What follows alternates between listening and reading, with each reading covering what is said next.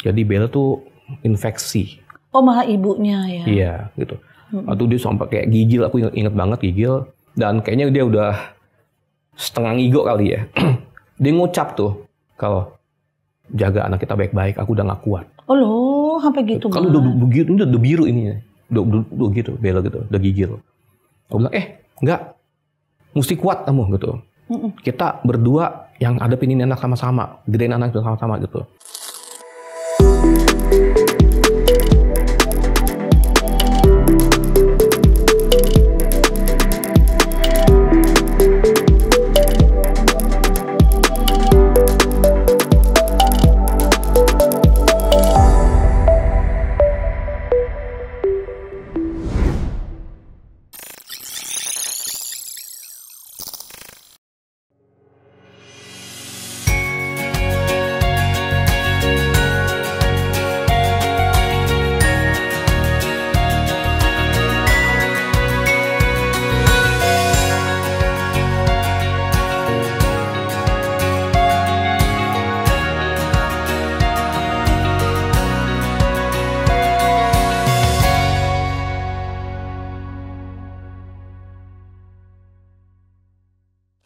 Oh, satu lagi Mike, satu lagi aku juga mikir gitu ya.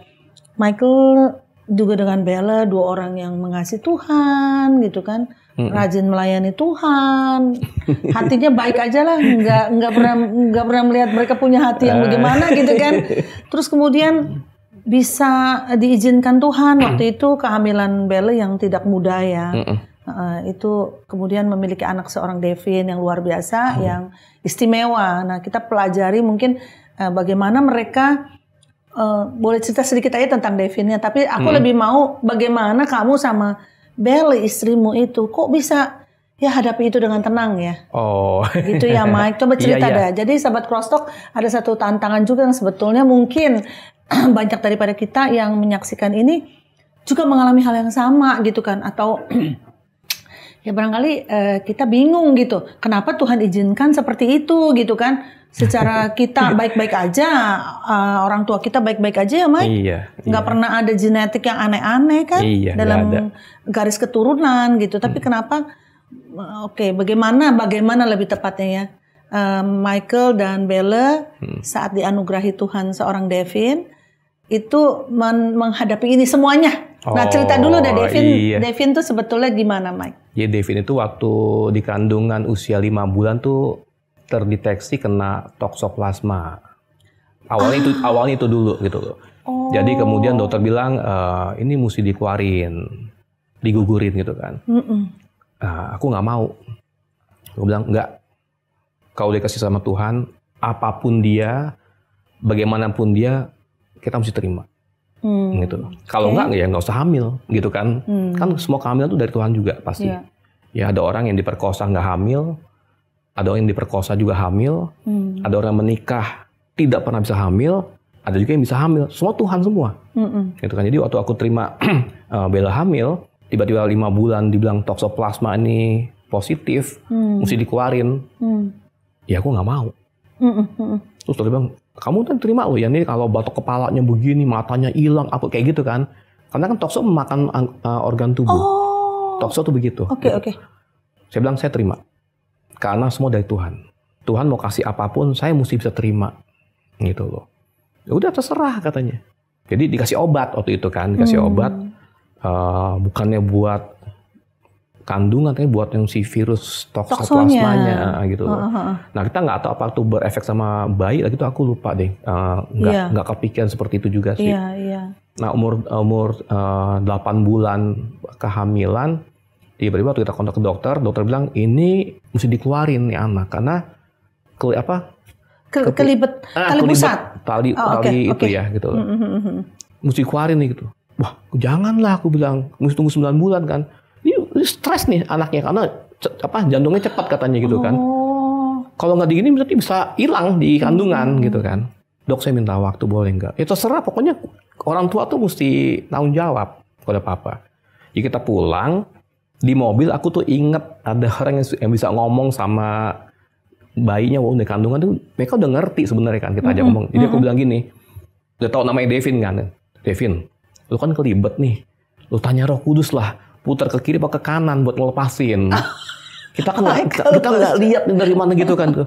Iya. Udah kamu putar lagi, kemana? Papa nggak tahu, pokoknya tanya Tuhan, tanya Roh Kudus, ke kiri apa kanan. Kalau udah tahu, putar cepat supaya kamu bebas gitu. Percaya nggak? Itu putar sampai begini Bella. Berapa kali ada sampai dia pegangan mobil gitu. Gerak kan. Sendiri bayinya, si Devinnya. Iya, kayak muter gitu loh. Akhirnya kayaknya dia kayak rilis. Oke. Kayak rilis gitu kan. Gitu. Tapi memang satu malam tiba-tiba Bella tuh kayak pecah ketuban ya. Oh iya, ketubannya kita bawa ke rumah sakit, itu juga masih di usia 8 bulan sih kandungannya. Akhirnya paginya kita operasi sesar. Nah, waktu operasi aku lihat si Devin udah digendong sama dokter. Di tes Apgar pun perfect semuanya, nilainya 10 nilainya gitu. Jadi nggak ada masalah gitu loh. Sempurna, matanya juga nggak ada masalah, nggak buta. Semua organ tubuh lengkap, semuanya sempurna gitu kan. Udah kita bawa pulang ke rumah, dan tapi waktu saya satu mungkin karena faktor nggak steril ruangan ya. Jadi Bella tuh infeksi. Oh, malah ibunya ya? Iya gitu. Waktu dia sampai kayak gigil, aku inget banget gigil. Dan kayaknya dia udah setengah ngigo kali ya. Dia ngucap tuh, kalau jaga anak kita baik-baik, aku udah gak kuat. Oh loh, sampai gitu. Kalau udah begitu, udah biru ininya.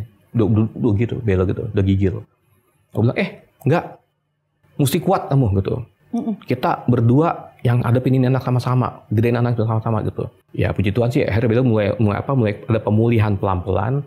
Jadi waktu kita pulang ke rumah itu, kita kayak ngerawatin 2 orang. Ada rawat bayi sama rawat si ibu. Karena dia demam Bellanya kan. Berkepanjangan demamnya, Mike? Iya, panjang. Jadi akhirnya kita ke rumah sakit lagi diperiksa. Rupanya ini infeksi. Infeksi.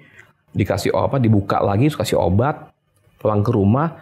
Aku inget ya, aku masih suka tekan-tekanin ininya tuh. Itu keluar nanah sih sebenarnya. Suka gepek-gepek begini nananya. Waduh. Ya udah kita lewatin semuanya, akhirnya dia sembuh. Devin juga oke, semua normal sampai udah umur setahun ya. Tiba-tiba dari dia pernah ngomong kayak mama sekali, stop ngomongnya. Di umur setahunan tuh dia stop gitu. Oh, maksudnya dari bayi sampai setahun tuh normal aja? Normal aja, nggak apa-apa. Bisa jalan nggak, Mike? Belum? Jalan semuanya normal semuanya. Oke, terus. Gitu. Bahkan sempat sekali ngomong mama gitu, aku dengar tuh gitu. Terus tiba-tiba dia stop, nggak ngomong sama sekali. Gitu. Nah tuh mencuriga deh, kenapa nih anak sampai usia 3 tahun nggak ngomong sama sekali tuh anak. Ya kita sebagai orang tua kan mulai curiga, nih kenapa anak kita? Ya, aku tuh takutnya nih awalnya pikir, aduh apa anak gue kena autis ya? Gitu kan? Atau efek tokso ya? Dari manapun juga kita kan nggak bisa tahu kayak gitu kan. Betul. Jadi aku bawa ke dokter yang spesialis dunia seperti itu, dunia anak-anak autis. Aku bawa ke dokter itu, pertama aku inget dia tuh kayak agak marah sih gitu. Kenapa Pak gitu? Dok, liatin anak saya. Ya kenapa anak Bapak? Gitu. Anak saya gimana? Ya nggak apa-apa lah katanya. Kamu gimana sebagai orang tua, ketakutan apa sih? Dok, aku kemari ini mau minta pendapat dokter, Dok. Bukan buat dimarahin ya, Mike. Saya udah capek loh, Dok. Dokter jangan marah-marah sama saya gitu. Ini lucu banget ini, Mike. Bener-bener keterlaluan. Itu bilang, ya udah gini deh, katanya. Saya panggil satu anak ya, katanya, yang benar-benar autis. Pasti kamu belum pernah lihat kan? Ya udah Dok, bawa masuk, saya mau lihat dibawa masuk anak cewek satu. Kaget. Oh kayak gini anak autis ya. Itu apa? Aktif ya? Enggak, ini malah diem, cewek, tapi nggak berani mandang orang, ini nggak mandang. Tiba-tiba dia lari, nabrakin diri ke tembok, tuar gitu, berdarah ininya. Tapi dia kesakitan, diem aja gitu, nggak atas, ini darah semua kayak gitu. Jadi ini autis, ini bagus begini anak Bapak gitu. Tapi kok nih gini? Iya, ini ada delay. Oke, jadi indikasinya sudah delay lah. Jadi akhirnya. Tapi kita nggak puas, Bu Grace, kita tuh maksudnya gini, satu dokter nih, cari dokter lain nih yang jago-jago, semua ngomongnya mirip. Delay. Oke. Jadi ada delay gitu, dan penyebabnya ya nggak ada yang bisa tahu pasti kok kayak gitu. Ya udah, aku pikir ya dikasih Tuhan seperti ini, kenapa kita mesti nggak terima gitu loh?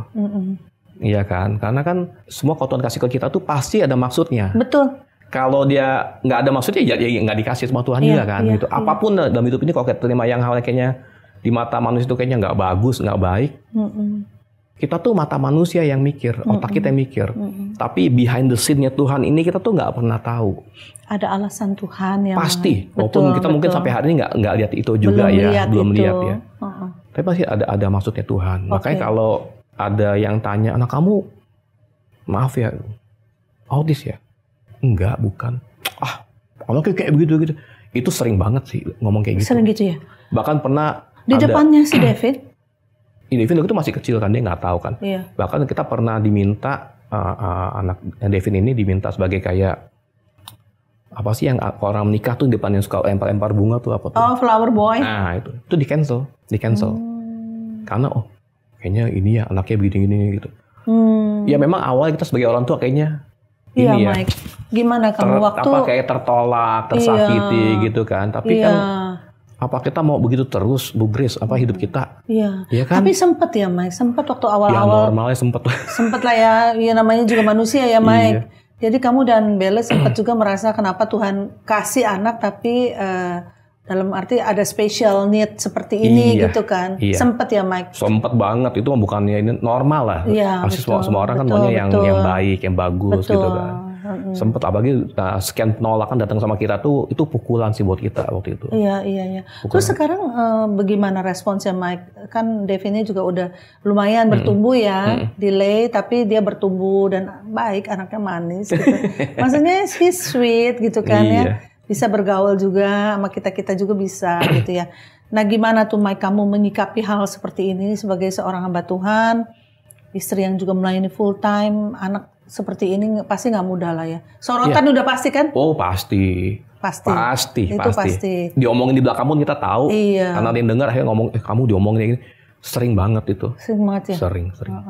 Terus respons kamu? Ya setahu aja, ya udah nggak apa-apa. Gitu aja. Karena kan semua orang boleh ya kasih pendapat masing-masing boleh juga sih gitu. Tapi kan paling nggak yang kita rindukan itu sebagai saudara seiman lah ya. Kenapa kita nggak bisa support ya orang-orang yang berbeda sama kita?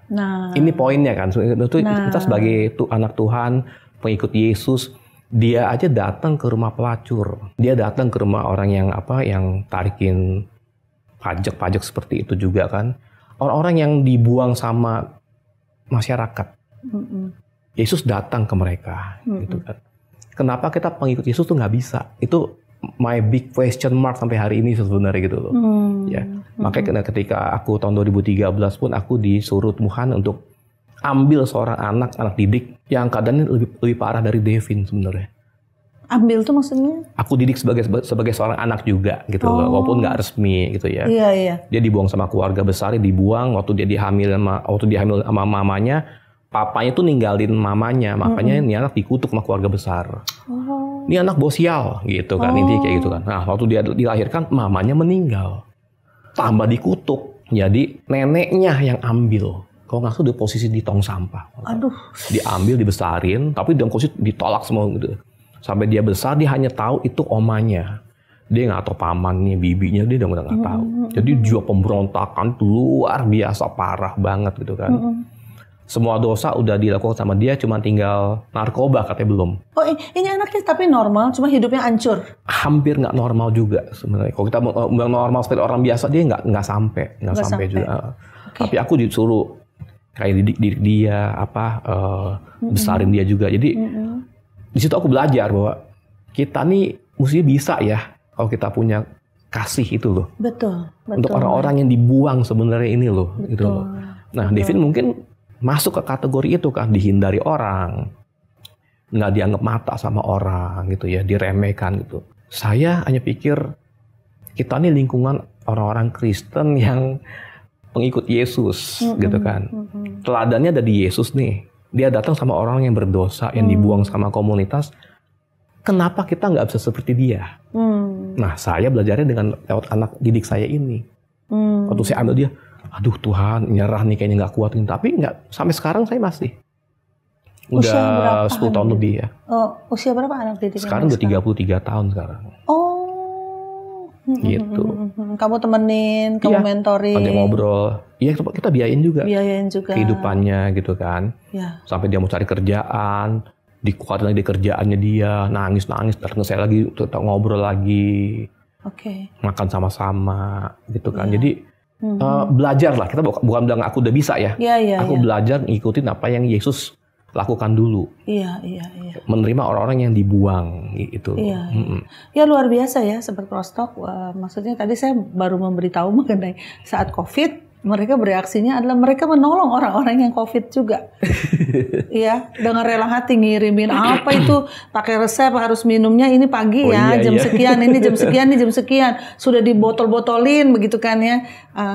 Dikirimin gitu. Terus ditanya gimana reaksinya dan sebagainya. Itu buat saya tuh amazing ya. Itu sebuah bentuk pelayanan. Nah, dengan Michael dan Bella mendapatkan seorang anak yang mungkin tidak saya selalu tidak mau menyebut orang itu adalah orang yang cacat atau kekurangan atau ada hal-hal yang negatif, tapi dia adalah anak istimewa.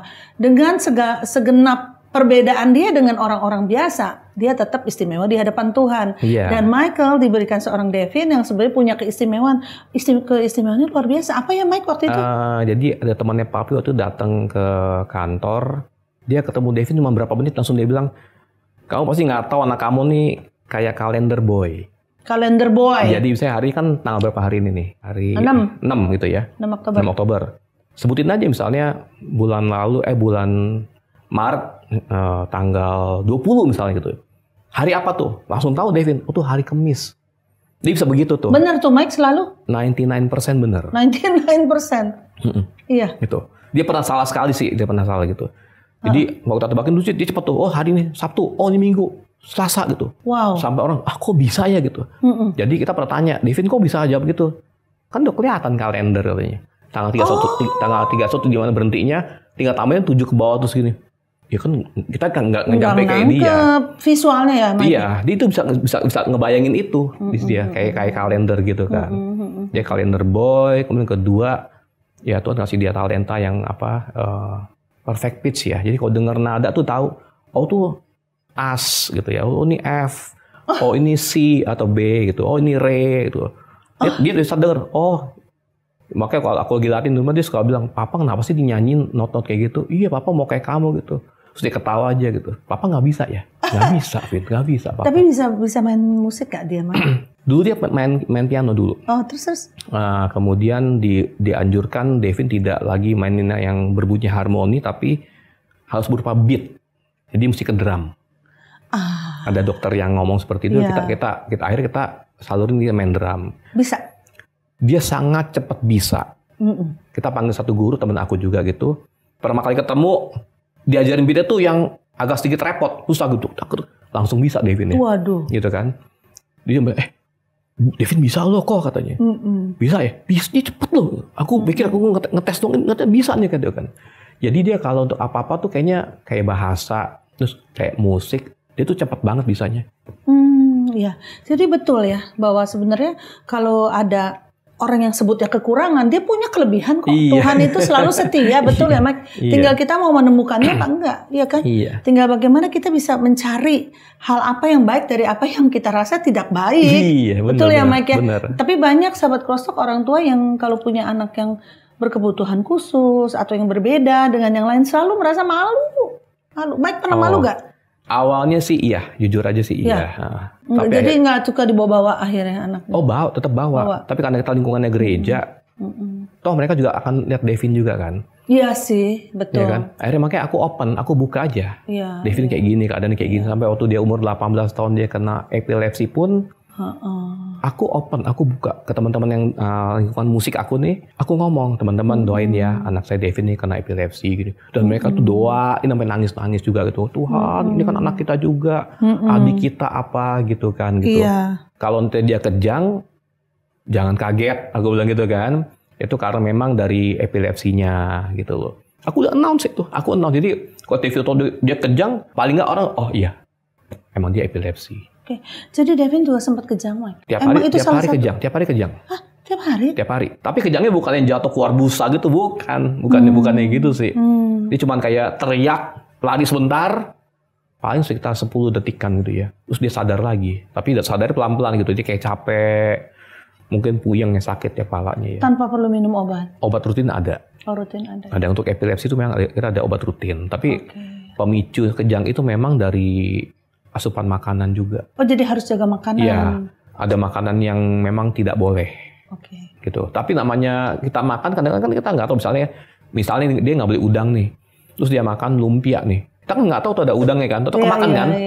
Nah, itu bisa bereaksi tuh. Oke. Tiba-tiba. Jadi memang tidak mudah sebetulnya untuk merawat anak-anak berkebutuhan khusus ya, Mike ya? Ya, ada tantangannya sih. Ada tantangannya ya.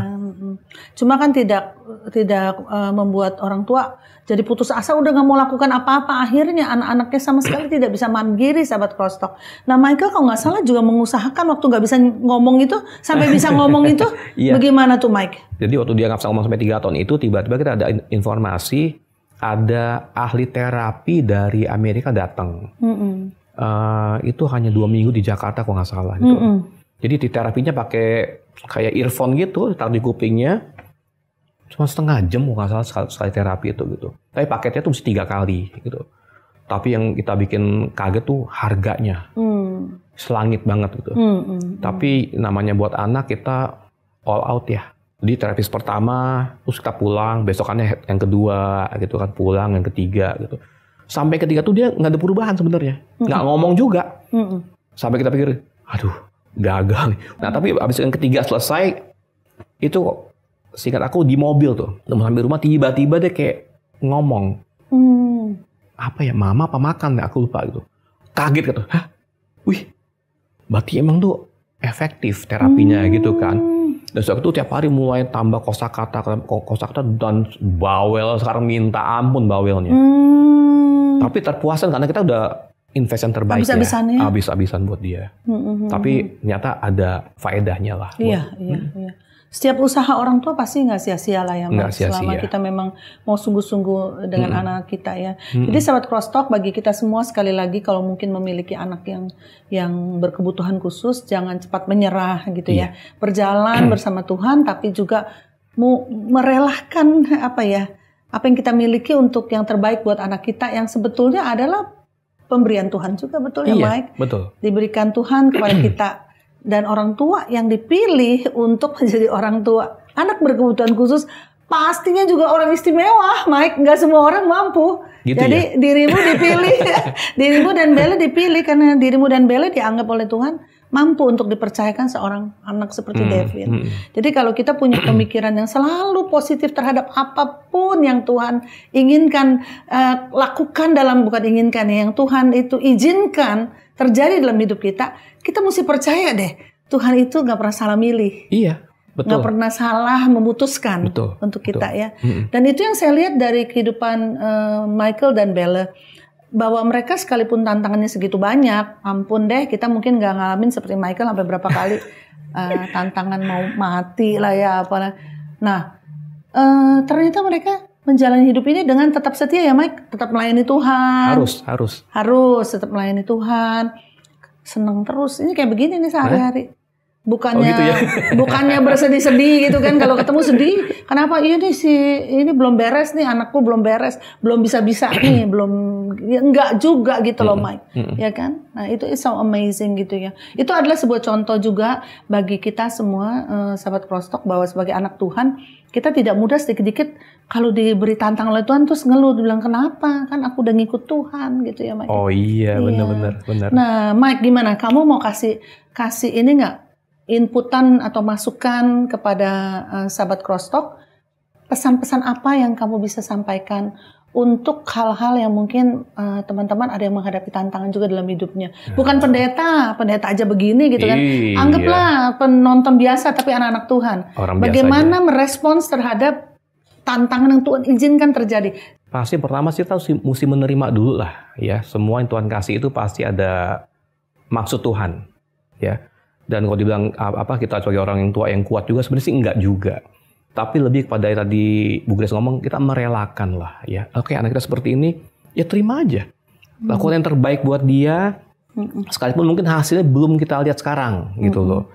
Tapi kita percaya satu hari nanti pasti tuh Tuhan akan munculkan sesuatu yang kita tuh nggak pernah pikirkan. Pasti Tuhan titipin sesuatu yang kelebihan ya. Iya. Dalam itu anak itu. Satu ini kita mesti menerima, jangan ngeluh juga, karena ngeluh juga nggak berubah anaknya kok. Ya, mau kita ngeluh, kita mau stres, mau bagaimana, ya anak kita begitu. Ya tambah stres anaknya.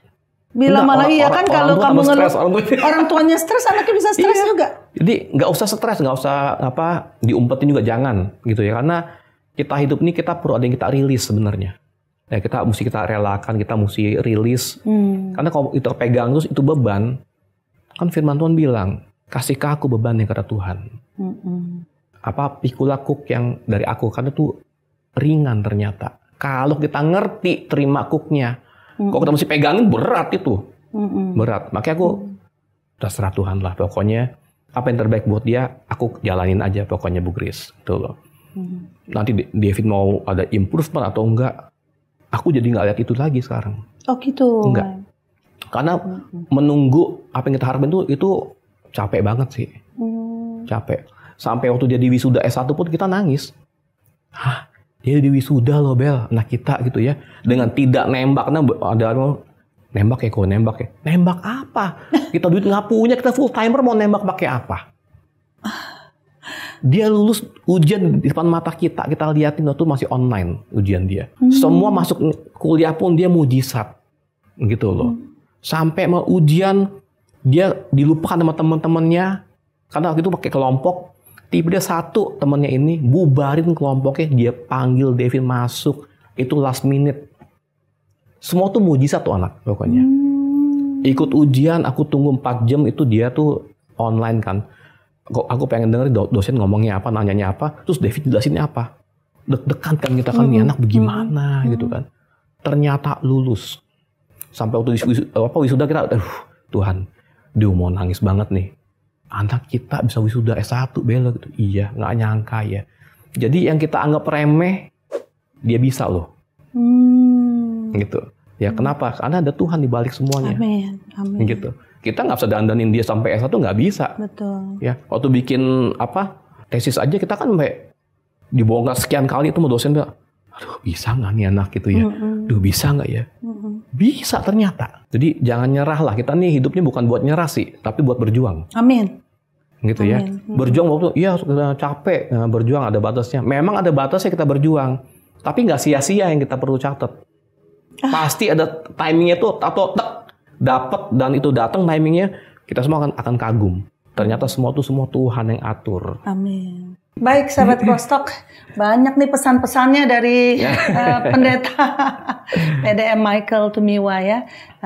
Kalau kita membuka diri untuk menerima rencana Tuhan, kita akan melihat hal-hal baik pada saat kita menjalaninya. Amin. Jadi semua yang kita jalani tidak akan sia-sia. Karena di depan ada rencana Tuhan yang mungkin saat ini juga Michael belum lihat.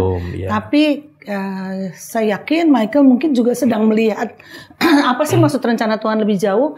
Kan hidup nggak berhenti di sini ya, Mike? Iya, betul. Akan ada di depannya. Yes. Siapa tahu Tuhan memang mau pakai hal-hal yang tidak pernah terpikirkan oleh kita. Iya. Nggak pernah muncul dalam hati Michael, ya kan? Iya. Nggak pernah didengar telinga, nggak pernah dilihat mata. Iya. Itu yang Tuhan berikan nanti. Amin. Untuk kehidupan Michael dan keluarga. Baik, dengan demikian berakhirlah bincang-bincang Crosstalk kita pada saat ini, sahabat Crosstalk, dan sampai jumpa di bincang-bincang Crosstalk selanjutnya. Tuhan Yesus memberkati. Sahabat Crosstalk, agar kesaksian ini dapat menjadi berkat kepada lebih banyak orang, yuk like and share kesaksian ini kepada keluarga dan teman-teman lainnya. Bagi sahabat Crosstalk yang diberkati melalui kesaksian ini, mari berbagi di kolom komentar. Dan subscribe agar tidak ketinggalan kesaksian-kesaksian lainnya.